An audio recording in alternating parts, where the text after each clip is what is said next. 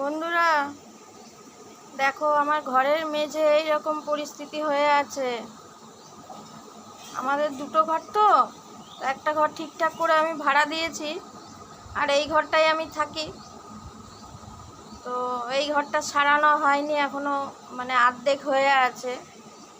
তো এর জন্যই আমি ভিডিওটা করলাম যে তোমাদের কাছে জানবো যে জামাই ষষ্ঠী আসছে। তো জামাই ষষ্ঠীতে জামাইকে তো ডাকতে হবে ঘরে। জামাই আমার বছরে একবারই আসে আমাদের বাড়িতে, মানে খাওয়া দাওয়া করাই। ও আসে না সেরকম, কাজে বাজে ব্যস্ত থাকে। তো এখন চিন্তা করছি যে এইখানে জামাইকে বসে কি খাওয়ানোটা ঠিক হবে, না মেয়ের বাড়িতে গিয়ে জামাই ষষ্ঠীটা করলে ঠিক হবে।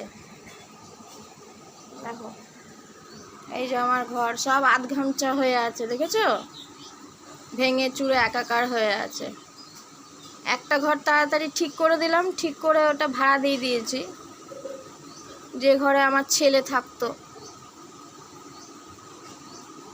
ছেলের ঘরটা ঠিকঠাক করে ভাড়া দিয়ে দিয়েছি। এই দেখো, আমার মেয়ে দেখেছো কত সুন্দর সুন্দর ছবি এঁকেছে, কিন্তু কোনোদিন আমার মেয়েকে আমি ড্রয়িংয়ের মাস্টারের কাছে দিইনি। দেখো, তো ঠিক হয়নি তখন থেকে।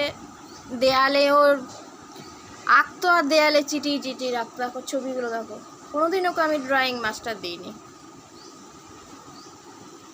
এই দেখো,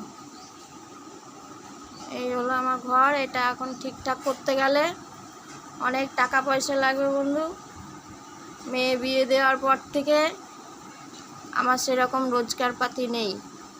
দোকান ছিল, দোকান তো ভেঙে দিয়েছে। এখন প্রায় ঘরে বসার মতো নেই। এই দেখো বারান্দা,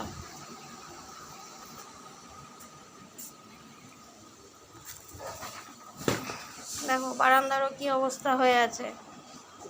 বারান্দায় ঢালাই টালাই সব করা আছে,